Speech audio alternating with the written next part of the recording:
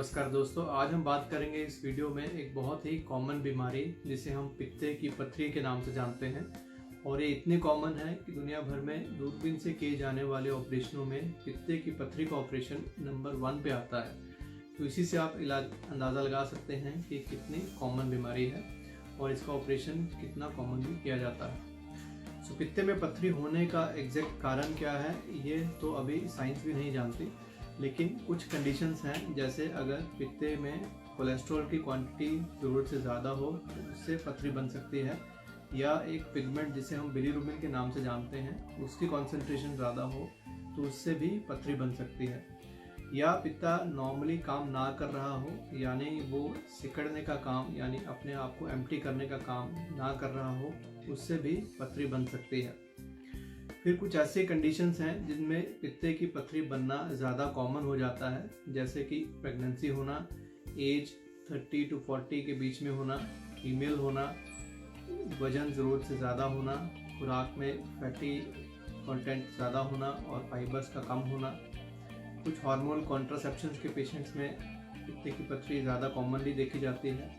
और अगर आप अपना वजन बहुत जल्दी से कम कर रहे हैं तो उन कंडीशन में भी पित्ते की पथरी बनने का खतरा रहता है। फिर हम जान लें कि अगर पित्ते की पथरी है तो उसमें क्या क्या साइंस और सिम्टम्स हो सकते हैं। बहुत सारे पेशेंट्स में पहले के टाइम में हो सकता है कि आपको कोई भी साइन या सिम्टम ना हो, कोई दर्द ना हो और आप इसे पता भी ना कर पाएँ कि आपके अंदर पथरी है।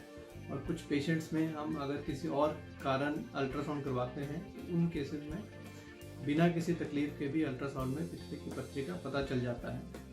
लेकिन अगर ये पथरी पित्ते के अंदर फंसती है यानी कि उसके मुंह में जाके फंस जाती है तो उस कंडीशन में बहुत तेज पेन हो सकता है, जो यूजुअली पेट के राइट और ऊपरी हिस्से में होता है, लेकिन ये ऊपर के सेंटर के हिस्से में राइट शोल्डर पर, पीठ की तरफ, इन जगहों पर भी जा सकता है। इसके अलावा इस टाइम में पेशेंट को उल्टी आना या उल्टी जैसा लगना, मन खराब होना, थोड़ा बुखार होना, ये सब भी देखा जा सकता है। इसके अलावा अगर पथरी वहीं फंसी रहती है तो आने वाले टाइम में इसकी बहुत सारी कॉम्प्लिकेशंस आ सकती हैं, जैसे पित्ते के फंसे रहने पर गॉल ब्लैडर के अंदर इन्फेक्शन हो सकती है जिससे हाई ग्रेड फीवर हो सकता है। और अगर ये पथरी फिर भी ना निकले तो गॉल ब्लैडर फट सकता है, काला पड़ सकता है, जिससे कि पूरे पेट में दर्द फैल सकता है।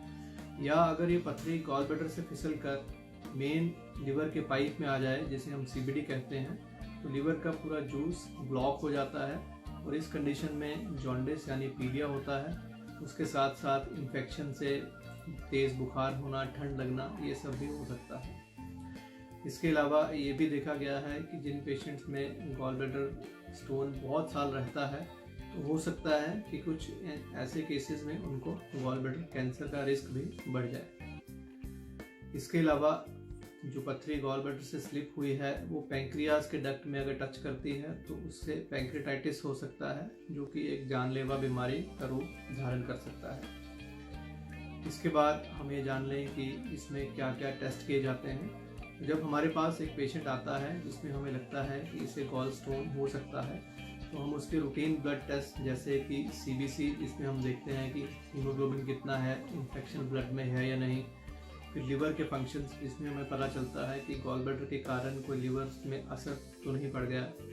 फिर अल्ट्रासाउंड, जिसमें यूजुअली पथरी देखी जा सकती है, और अल्ट्रासाउंड एक ऐसा टेस्ट है जिससे ज़्यादातर गॉल ब्लैडर स्टोन्स का पता चलता है।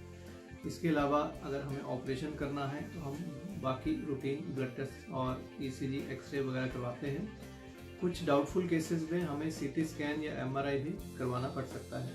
इसके बाद इसके इलाज के लिए ज़्यादातर पेशेंट्स को ऑपरेशन की सलाह दी जाती है। इसको हम लैप्रोस्कोपिक तरीके से कर सकते हैं, जिसमें बहुत छोटे छोटे कट्स आते हैं। क्योंकि ये बहुत कॉमनली परफॉर्म प्रोसीजर है तो आजकल ये बहुत सेफ़ है, इसमें कॉम्प्लिकेशन रेट बहुत कम हो गया है। ये बहुत सारे सेंटर्स में डे केयर या सिंगल डे एडमिशन सर्जरी के तरीके से किया जाता है, यानी कि अगर आपका ऑपरेशन सुबह हुआ तो कुछ पेशेंट को हम शाम को भी भेज सकते हैं, कुछ को हम अगले दिन मॉर्निंग में भेज सकते हैं। इसके अलावा कुछ नई टेक्निक्स हैं, जैसे आजकल मिनी हाइब्रिड लेप्रोस्कोपी, यानी कि हम जो लेप्रोस्कोपी के कट्स हैं उनको और भी छोटा करके स्पेशली फीमेल्स के लिए इसे कॉस्मेटिकली और बेटर बना सकते हैं, जिसमें दूरबीन के ऑपरेशन से भी कम चीरा आएगा और उसमें स्टिच लगाने की भी ज़रूरत नहीं होगी।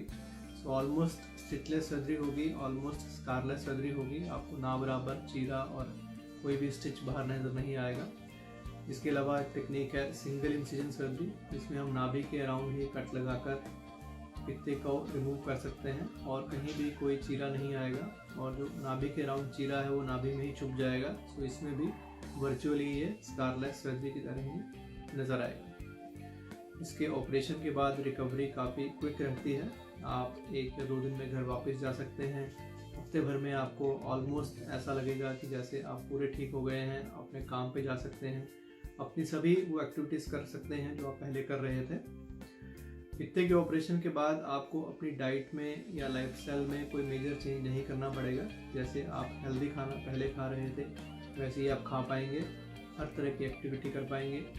पित्ते अगर आपके पित्ते में पथरी है तो उसे अंदर रख के अपने जान को खतरे में ना डालें। एक टाइमली सर्जरी करवाएं और अपने जीवन को खुल के जिए। Thank you.